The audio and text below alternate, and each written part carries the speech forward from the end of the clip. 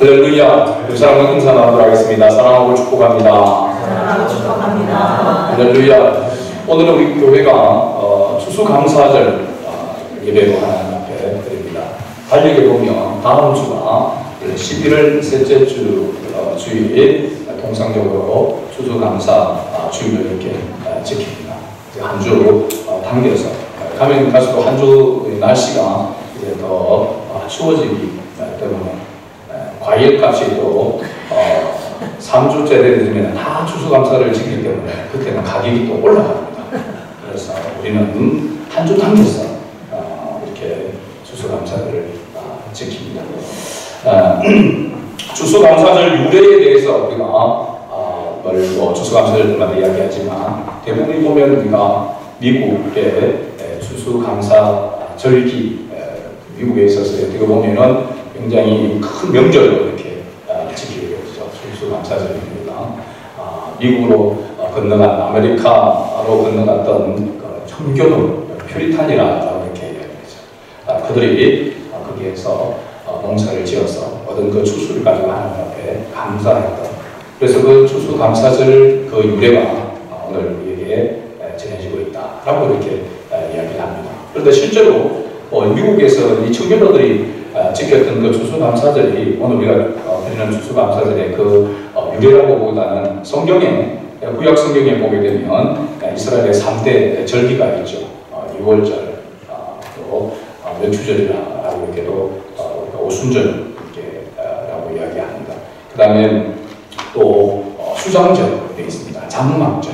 이 수장절, 장막절이 뭐냐면 가을에 추수한 것을 창고에 들어놓고 지키는 그런 절기가 바로 이 수장절, 장막절이라고 이렇게 이야기합니다. 그러니까 실제로 보면 이 수장절이 오늘 우리가 지키고 있는 추수감사절과 같은 그런 의미라고 이렇게 생각할 수 있습니다.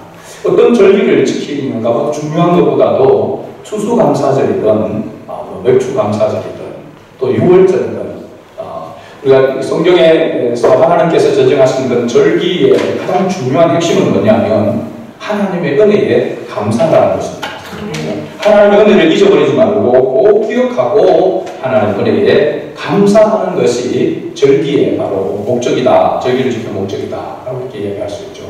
이스라엘, 팔레스타인 지역, 특히 이 유대 지역으로 보게 되어지면 굉장히 광야가 많이 펼쳐져 있습니다. 그래서 척박한 땅이죠. 젖과 꿀이 흐르는 땅이라고 하지만 하나님께서 은혜를 내려주셔야만 젖과 꿀이 흐르는 땅이 되어지고 하나님의 은혜가 없으면 살 수 없는 그런 땅이 바로 이 가나안 땅, 지금 팔레스타인 지역이라 이야기합니다. 제가 성지순례를 가보니까 그 사막에 스프링클러를 이렇게 해서 물을 끌어들여서 거기에 야자수 또 거기에 숲을 이루도록 그렇게 지금은 많이 발전되어져 있지만 이 당시만 성경의 당시만 하더라도 그런 시설이 없잖아요. 그래서 하나님께서 이른 비와 늦은 비, 이른 비는 씨앗을 뿌릴 때 뿌리기 전에 내리는 그 비입니다. 이때 이른 비가 오지 않으면 씨앗을 뿌릴 수가 없어요. 그리고 늦은 비가 적당하게 내리지 않으면 곡식이 연걸어서 추수를 할 수가 없다는 것이죠. 그러니까 이스라엘 백성들이 추수한 것을 창고에 들었다라고 하는 것은 바로 하나님의 은혜가 그들에게 임하였다라고 하는 증거가 되는 것이죠. 그렇죠? 하나님의 은혜를 주셨기 때문에 추수한 것이 있는 것이고 그 추수한 열매들이 바로 하나님이 우리에게 은혜를 베풀어 주셨다라고 하는 그런 증거가 되는 것이죠. 그러니까 감사할 수밖에 없는 것입니다.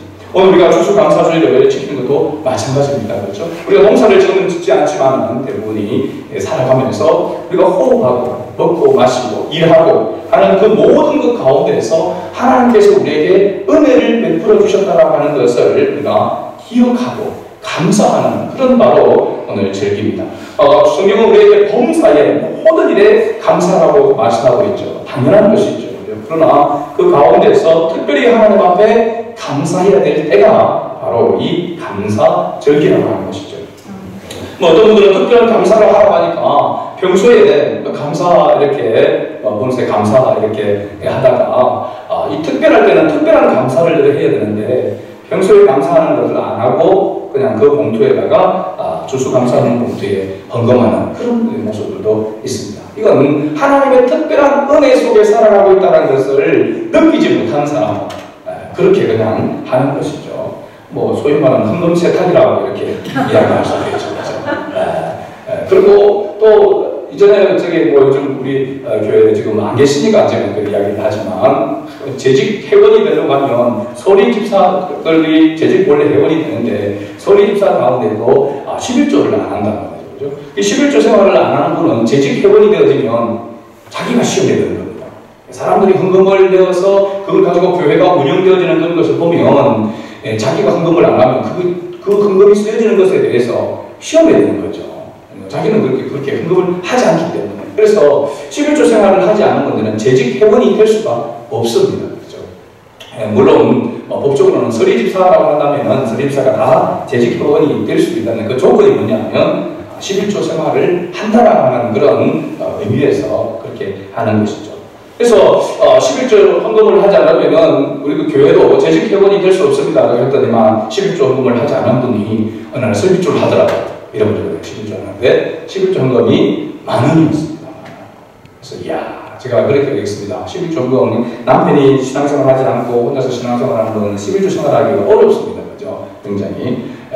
그래서 11조 생활을 하면 생활의 11조라도 이렇게 하도록 해야 된다라고 이렇게 제가 이야기를 했는데 그분은 정말 근소하게 사는 것 같아요. 그죠? 한 달에 10만 원 5 식구가 산다는 것이죠. 그래서 그게 많은 이렇게 11조를 했습니다. 제가 보니까 안 하면 재직 회원이 될 수 없다 보니까 재직 회원은 되고 싶고 그래서 많은 걸 이렇게 한 것 같아요. 그죠? 이렇게 신앙생활, 정직하게 신앙생활을 하지 않으면 무엇이 안 되냐면 신학의 성숙이 이루어질 수가 없습니다. 이런 분들은 재직 회원이 되어서도 안 되고 소리 집사가 되어서도 안 되고 세례를 받으면 안 됩니다. 세례를. 여러분, 그러니까 세례교인은 세례교인 할 때, 세례 받을 때에 그냥 뭐 성부, 성자, 성령으로 세례를 주느라 세례를 받은 것으로 내가 세례교인이 됐다. 여러분들은 세례교인으로서의 의무가 있습니다. 기본적인 의무가 뭐냐면 주일 성소입니다. 진짜. 주일 성소. 여러분, 세례를 받았다라고 하는 것은 내가 죽고 내 안에 예수가 산다라고 하는 것이거든요. 가치관이 바뀌어지는 것이 바로 세례의 의미인 것입니다. 그런데 주일 성수와 그 다음에 하나가 바로 11조 생활입니다. 이 두 가지가 세례교인으로서의 의무다라고 이렇게 얘기할 수 있는 거죠. 그러니까 이런 주일 성수와 11조 생활이 안 되는 것 같으면 세례도 사실은 받아서는 안 된다라고 이렇게 말할 수 있죠. 엄격하면. 목사님 너무 잔인하게 그렇게 말씀하십니까? 믿으면 믿음으로 구원을 받는 것이고 믿음의 생활을 하면 되는 것이지. 근데 우리가 그렇게 생각하지만 믿음이라고 하는 것은 행함과 함께 거기에 있는 것이고 믿음의 고백이 거기에 들어지는 것이죠. 그래서 예수님께서 말씀하셨습니다. 네 보물이 있는 곳에 네 마음도 있느니라. 우리가 사람들에게 아무리 립스비스로 이렇게 이야기를 하더라도 그 사람의 지각이 일러지지 않으면 안 믿잖아요. 그죠? 그래서 실제적으로 보면 마음이 있는 곳에 물질이 있는 곳에 마음이 있다라고 이렇게 이야기하고 있는 것이죠. 그래서 하나님 앞에 우리가 헌금하고 하나님 앞에 감사하는 것이 누가 보기 때문에 또 자기 체면 치료를 하는 것이 아니라 하나님께서 베푸신 그 은혜에 정말로 감사하는 마음을 담아서 정직하게 하나님 앞에 드리게 되어지면 그 신앙은 성숙하게 되어져 있습니다. 자라난다는 거죠. 하나님 우리에게 하나님의 자녀에게 요구하는 것은 태어나서부터 시작해서 점점 자라가서 장성한 분량까지 자라가는 것을 하나님은 원하십니다. 근데 태어났는데 자라지 아니하고 성인 아이로 머물러 있는 것을 하나님은 기뻐하지 않는 것이죠. 그래서 우리가 신앙생활을 함에 있어서 여러 가지 각자가 다 다릅니다. 처해진 환경과 상황과 여건이 다 다른 것이죠. 그런 가운데서도 하나님 앞에서 내 형편에서 내 상황에서 우리가 정직하게 그리고 최선을 다하여 하나님 앞에 예배를 드리고 헌물을 드리고 헌금을 드리고 헌신하고 봉사하는 것을 하나님은 기뻐하신다는 사실입니다. 우리가 부활절 그리고 성탄절 또 추수감사절 이러한 절기를 지킬 때는 그 절기에 맞는 마음과 자세를 가지고 또 예물을 가지고 하나님 앞에 예배를 드리는 것이 합당하다고 하는 사실입니다. 아니 추수감사절에 목사님 갑자기 헌금 이야기를 이렇게 하시고 사실 목회자가 제일 하기 싫은 그 이야기 중에 하나가 헌금 이야기입니다. 그런데 안 할 수가 없는 것이 그렇게 교육을 하고 말씀을 들지 않으면 신앙의 성숙을 이루지 못하고 또 물질만 물질 때문에 시험에 드는 그런 경우들이 있기 때문에 가르치는 것이 목회자를 위한 것도 아니고 교회 재정이 부족하니까 교회 재정을 채우기 위한 것도 아닙니다. 그런 오해를 하시면 여전히 그 자리에 머물러 있게 되는 것이죠.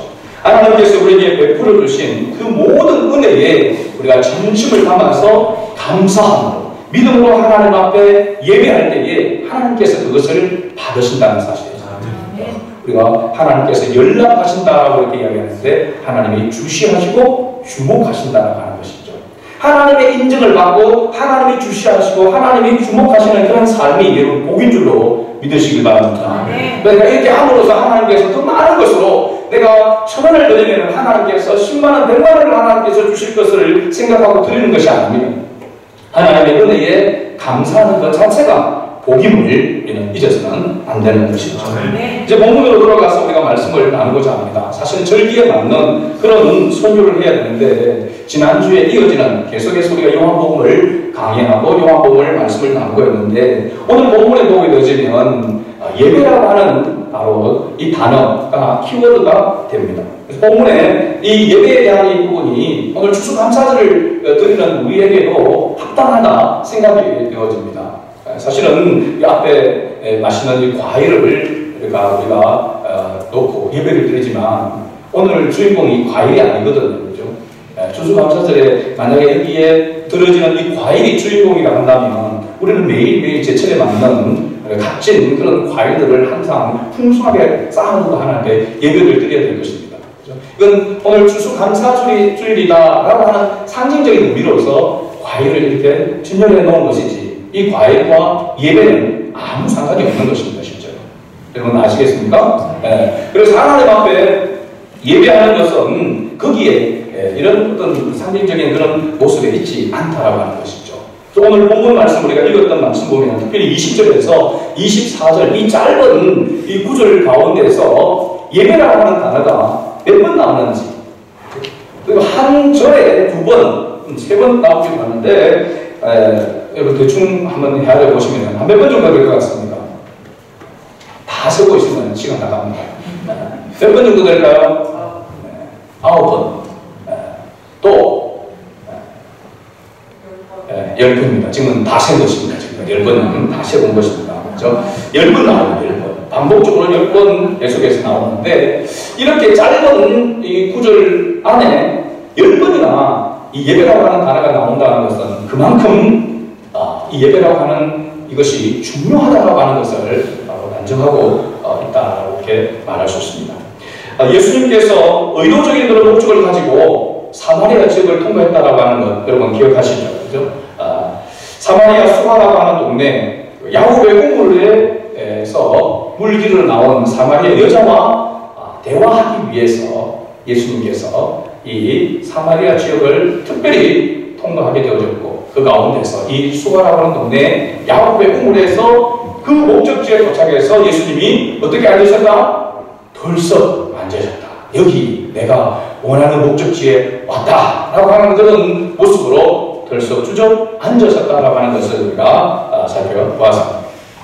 그리고 예수님과 이 사마리아 여자가 대화하는 그 대화가 처음엔 아주 단순한 이야기로 시작되었습니다. 무슨 이야기로 시작되었습니까? 물 이야기로 시작되었습니다.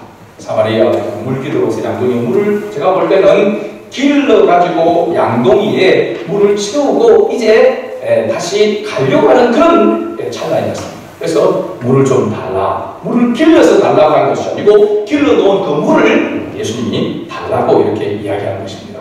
그래서 이 물을 마시는 물에 대한 이야기를 시작하다가 이 물을 달라고 하는 사람이 누구인가?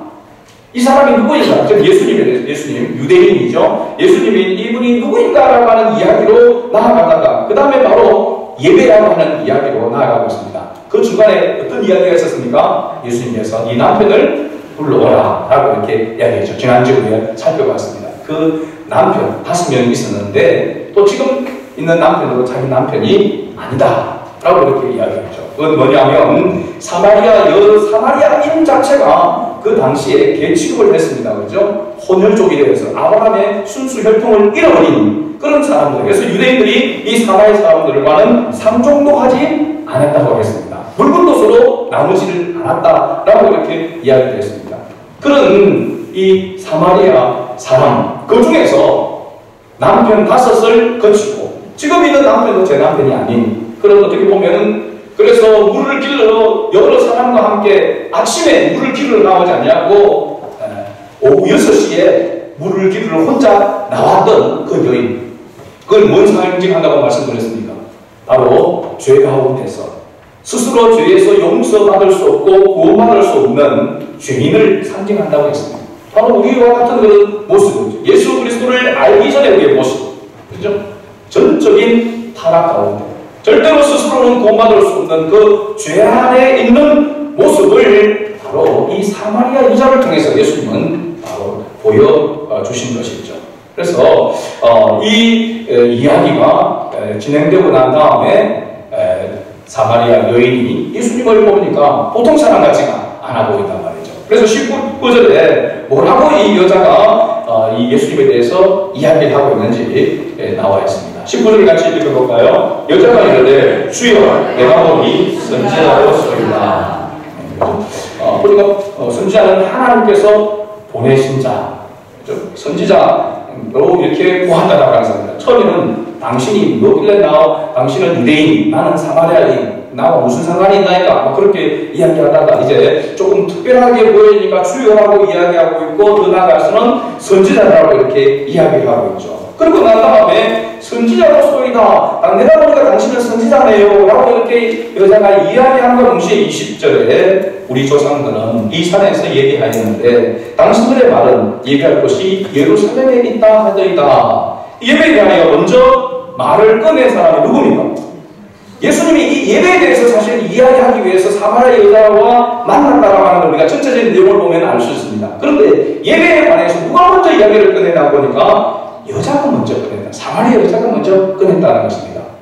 이유가 뭡니까? 보니까 이 사람이 하나님이 보낸 선지자라는 사실입니다. 선지자로 보았다라고 하는 것이죠. 아직까지 예수님에 대해서 이 여자가 다 아는 것입니까? 모르는 것입니까? 모르는 것이죠. 아직 그죠? 그래서 선지자 정도로 왔는데도 불구하고 예배에 관해서 이야기를 꺼냈다라고 하는 사실이죠. 이건 우리가 예수 그리스도가 우리의 구세주라고 하는 것을 깨닫기 전에, 믿기 전에 모습과 흡사하다고 할 수 있습니다.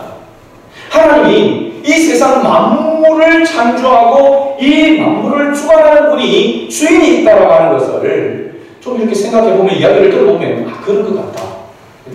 그분이 우리에게 복을 주신다 라고 이렇게만 들어도 알아도 뭐 하게 될까요? 그분을 경배하고 그분께 기도하고 그분을 의지하고 싶은 마음이 일어나게 되는 것이죠.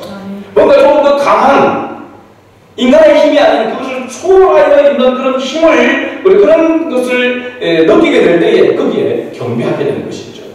그래서 큰 그런 나무, 또 큰 그런 바위, 또 태양, 그리고 달, 그래서 그런 모습들을 보면서도 이건 인간의 그런 어떤 것을 초월한 것 같은 그런 모습들을 볼 때 인간은 거기에다가 절하려고 하는 그런 마음이 있습니다. 왜냐하면 인간은 종교심을 가지고 있기 때문에 누구나. 그래서 이 사마리아 여자가 더군다나 보니까 하나님에 대해서는 알고 있기는 있습니다. 근데 하나님에 대해서 올바를 알고 있지는 못합니다. 그러나 하나님께로부터 이 사람이 온 것 같다라고 하는 그런 것을 느끼게 될 때에 예배라고 하는 것을 이야기하고 있고, 그러니까 뭔 이야기를 먼저 꺼내냐면 예배할 곳, 예배 장소에 관해서 이야기하고 있는 것을 봅니다. 그렇습니다. 그죠? 우리가 예배하는 장소가 중요합니까? 중요하지 않습니까? 예배하는 장소가 중요합니다. 그러나 예배하는 장소보다 더 중요한 것이 있음을 예수님은 이제 말하고 있습니다. 이 여자는 사마리아 땅에서, 사마리아 산에서, 그리고 또 예루살렘에서 그런 어떤 특정 장소에서 예배를 드리는 것이 진정한 예배라고 생각하고 있는데, 예수님이 뭐라고 말씀하고 있느냐면 21절 말씀을 같이 읽어보겠습니다. 예수께서 이르시되 여자여 내 말을 믿어라. 이 산에서도 말고 예루살렘에서도 말고 너희가 아버지께 예배할 때가 이르리라. 예수님은 예배할 장소에 관해서 이야기하고 있는 이 사마리아 여자의 말을 따라서 예배할 때가 이르게 될 것이다 라고 그렇게 말씀하고 있습니다. 예배할 때, 장소보다도 더 중요한 것은 예배할 때라고 하는 것을 이야기하면서 예수님께서 22절에 좀 우리가 이해하기 힘든 그런 말씀을 하십니다. 22절 읽어봅니다. 너희는 알지 못하는 것을 예배하고 우리는 아는 것을 예배하니 이는 구원이 유대인에게서 납니다. 아멘. 너희는 이라고 할 때 너희는 누구를 이야기하고 있을까요? 사마리아 여자를 포함한 사마리아 사람이죠. 사마리아 사람.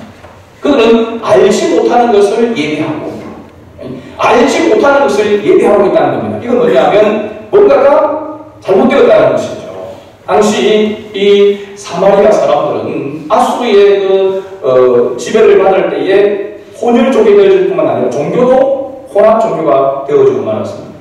그래서 하나님을 섬긴다고 하면서도 하나님이 계시, 말씀을 통하여 말씀하시는 그 하나님을 섬긴 것이 아니라 하나님이라고 이야기하면서도 말씀과 상관없는 하나님을 섬기고 있었다고 하는 것이죠.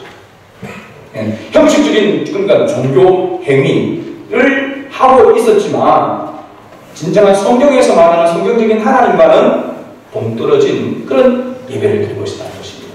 그런데 예수님은 우리는 아는 것을 예배하고, 우리는 물론 예수님을 포함한 유대인들을 이야기하고 있습니다. 그 유대인들은 예수님을 예배하는 것을 예배하고 있었다는 것입니다. 왜 그러냐면 유대인들에게는 계속해서 하나님의 계시의 말씀이 그들에게 열려지고 있었다고 하는 것이죠. 사마리아 사람들은, 북이스라엘 사람들에게는 이제 계시가, 하나님의 계시의 말씀이 멈춰버린 것입니다. 그러니까 그들이 계시의 말씀에 따라서 하나님을 예배해야 되는데 계시가 없으니까 엉뚱한 것을 하나님으로 착각하고 지금 알지 못하는 것을 예배하고 있었다고 하는 것이죠. 여러분, 이럴 수가 있다고 하는 것을 우리가 성경에서 그 예로 찾아볼 수가 있습니다. 여러분, 모세가 이스라엘 백성들을 애굽에서 인도하여 광야 생활을 지나는 가운데 하나님께서 때가 되셨으니 시내산으로 이끄십니다. 시내산에 올라가서 뭘 받게 되었죠? 십계명의 두 돌판을 받았습니다. 그것을 받아내고 오는 동안에 상당한 시간이 걸려 그것을 견디지 못하고 그것을 참지 못하고 모세가 없으니까 뭐가 없느냐면 하나님의 계시의 말씀이 없단 말이죠. 그러니까 그들이 뭘 만들었습니까? 송아지 상을 만들어서 그것이 우리를 애굽에서 인도해낸 하나님이다 라고 하면서 그 송아지 우상 앞에 경배를 드렸던 것입니다. 여러분, 이게 말이 되는 것입니까? 근데 얼마든지 이룰 수 있다는 하는 사실이죠. 여러분, 오늘 이단이나 사회들이 그들이 종교적인 열심이 부족해서 그렇습니까? 아닙니다. 바른 올바른 계시의 말씀을 듣지 못하고 그 계시의 말씀을 깨닫지 못하니까 하나님을 하나님으로 바르게 경배하지 못하는 것입니다. 예배하지 못하는 것이죠. 그런 것은 예배라고 하지만 하나님이 받으시지 않은 것입니다. 아무리 화려하게, 아무리 웅장하게, 오케스트라를 동원하고 아무리 그렇게 웅장하고 화려한 사람의 감동을 주는 그런 예배를 드린다 할지라도 하나님과 전혀 상관이 없는 것입니다. 믿으십니까, 여러분? 하나님은 그런 하나님이 아닙니다. 사람들이 막 그 음악에, 그 찬양에 그 모든 것에 감동하고 눈물을 흘리고 막 그렇게 종교적인 카타르시스를 맛본다고 해서 하나님이 그게 인지하시고 하나님 그 예배를 받으시느냐? 아닌 것입니다. 절대로 그런 하나님은 아니십니다. 속으면 안 되는 거죠. 모세가 없었다, 그 찰나에 말씀을 붙들지 못하니까 엉뚱한 것을 하나님으로 착각하고 섬기고 있었다는 것입니다. 이 잘못으로 그 당시 이스라엘 백성들이 몇 명이 죽는 줄 아십니까? 3,000명 가량이 죽임을 당하게 되어집니다. 하나님을 하나님으로 바르게 경배하고 예배하지 않은 그 예배를 하나님이 받지 않는 것으로 끝나지 아니라 그런 가정스러운 예배를 드리는 것을 하나님은 결코 좌시하지 않는다는 사실입니다. 반드시 하나님이 심판하신다라고 하는 것이죠. 그런데 예수님께서 우리는 아는 것을 예배하고 우리는 바로 예수님과 유대인들을 이야기한다고 했습니다. 계속해서 유대인들은 하나님의 말씀이 그들에게 들려오고 있었습니다. 왠 줄 아십니까? 그들은 아브라함의 혈통으로서 계속해서 유지되고 있습니다. 그래서 예수님께서 뭐라고 했냐면 이는 구원이 누구에게서 남이라고 했습니까? 유대인에게서 남이다. 유대인에게서 난다라고 하는 것은 아브라함의 순수 혈통을 통하여서 그 족보를 통하여서 메시아가 온다라고 하는 것이죠.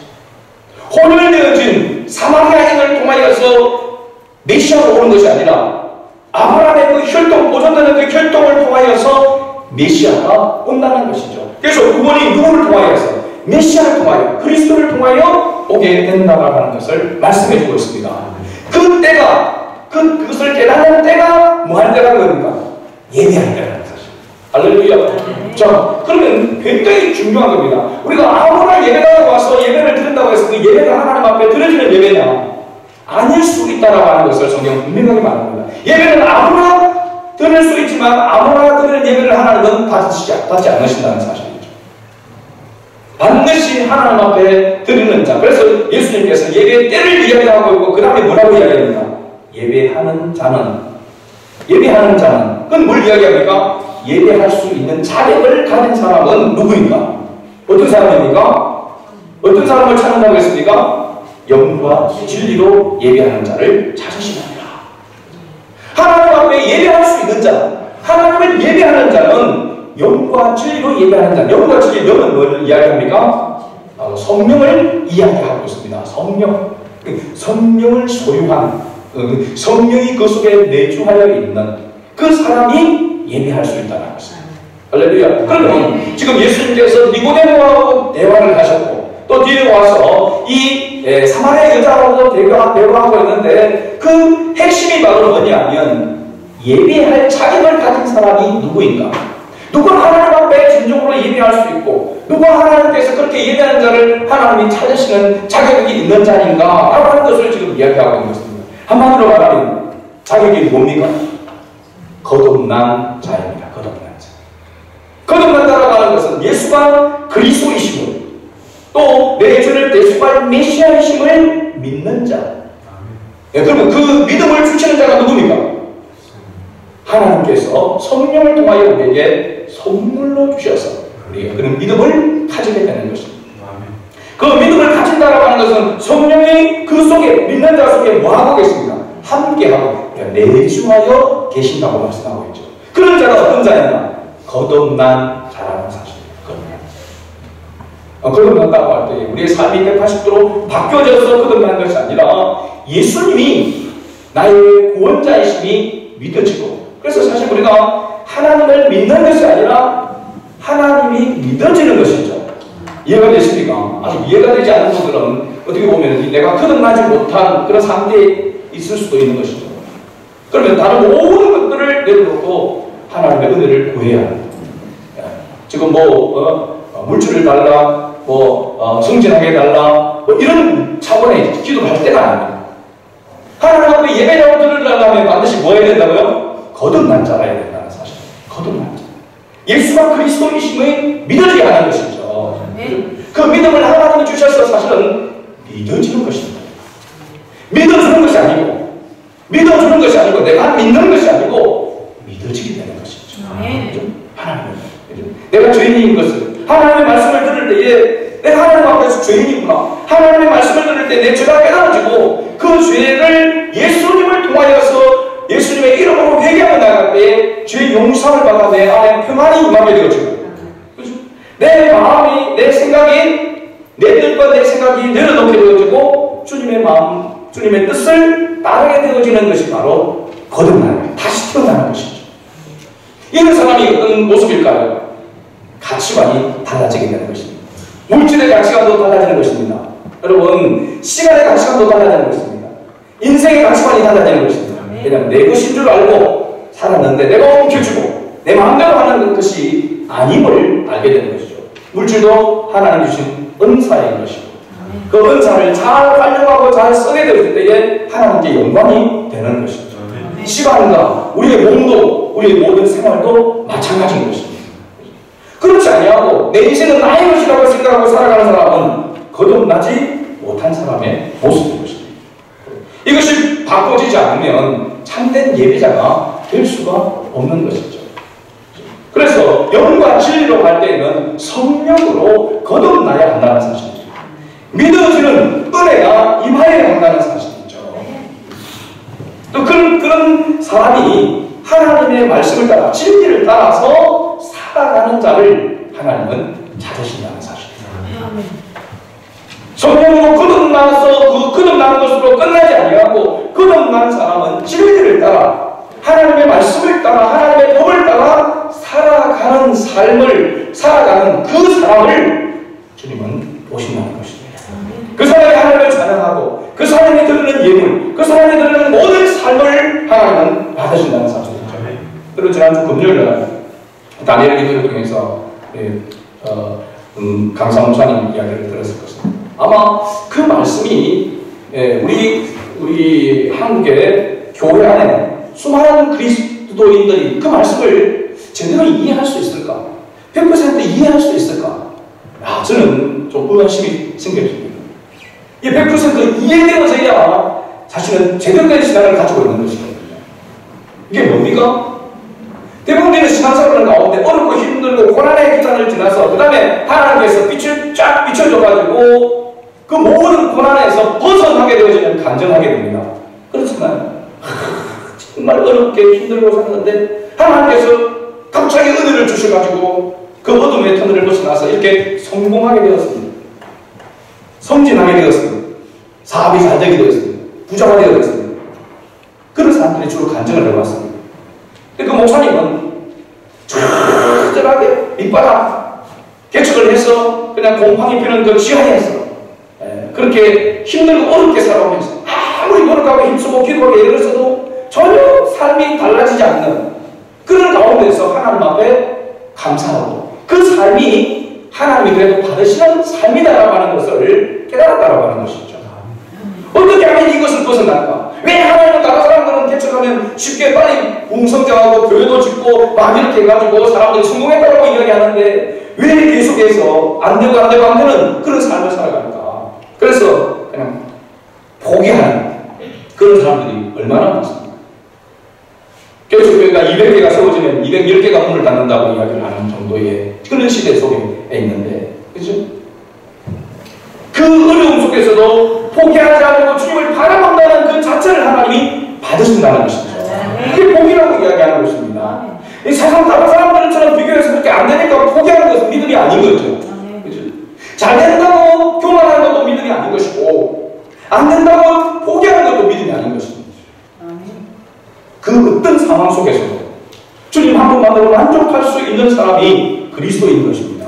이게 참된 그리스도인 것이죠. 왜냐하면 거듭난 자이기 때문에 그렇습니다. 내 힘으로 살아가는 것이 아니고 하나님이 공급해주는 그 힘으로 살아가는 자이기 때문에 그렇죠. 그래서 하나님이 정말로 찾으시는 예배자는 누구냐? 영과 진리로 예배하는 자를 찾으신다고 합니다. 영과 진리라고 하는 건 반드시 성령의 도우심을 힘입고 성령의 은혜를 덧입지 아니하면 절대로 하나님 앞에 참된 예배자로 드릴 수 없다는 것을 알아야 돼요. 헌금을 많이 드린다고 또 열심히 봉사한다라고 하나님께서 받으시는 그런 사람이다. 우리가 볼 때는 다 그렇게 볼 수 있겠죠. 그러나 그렇지 않을 수도 있다는 사실. 종교적인 행위 얼마든지 그럴 수 있습니다. 종교적인 그런 모습으로 내가 이렇게 봉사하고 내가 이렇게 하면 하나님 언젠가는 쨍하고 해뜰 날이 오겠지. 하나님이 살아계신다고 하니까 그런 모습으로 계속해서 헌신하고 봉사하고 일평생을 살아온 그 삶이 하나님과 상관없는 삶이 될 수도 있다라고 하는 것을 알아요. 이런 신앙을, 이런 모습을 가지지 않으면 우리의 신앙이 바르게 가져갈 수가 없습니다. 모두가 다 성공해야 되고 모두 다 승진해야 되고 모두 다 잘 되어지는 그런 삶이 성령이 말하고 있는 삶은 아니라고 하는 사실. 어쩌면 그런 사람들은 특별한 것이고 특별한 은혜, 그래서 특별한 삶으로 특별한 은혜로 더 주님 앞에 헌신하고 봉사해야 돼요. 많이 준 자에게 내가 많이 찾겠다 하는 거 있잖아요. 적게 준 자에게 하나님 많이 찾겠다고 말씀하지 않았습니다. 적게 준 자에게 적게 찾겠다고 했습니다. 이게 하나님의 공의죠. 하나님의 공. 그래서 우리가 신앙생활하는 가운데서 하나님 중심의 삶을 살아간다고 하는 것은 너무나도 중요한 것입니다.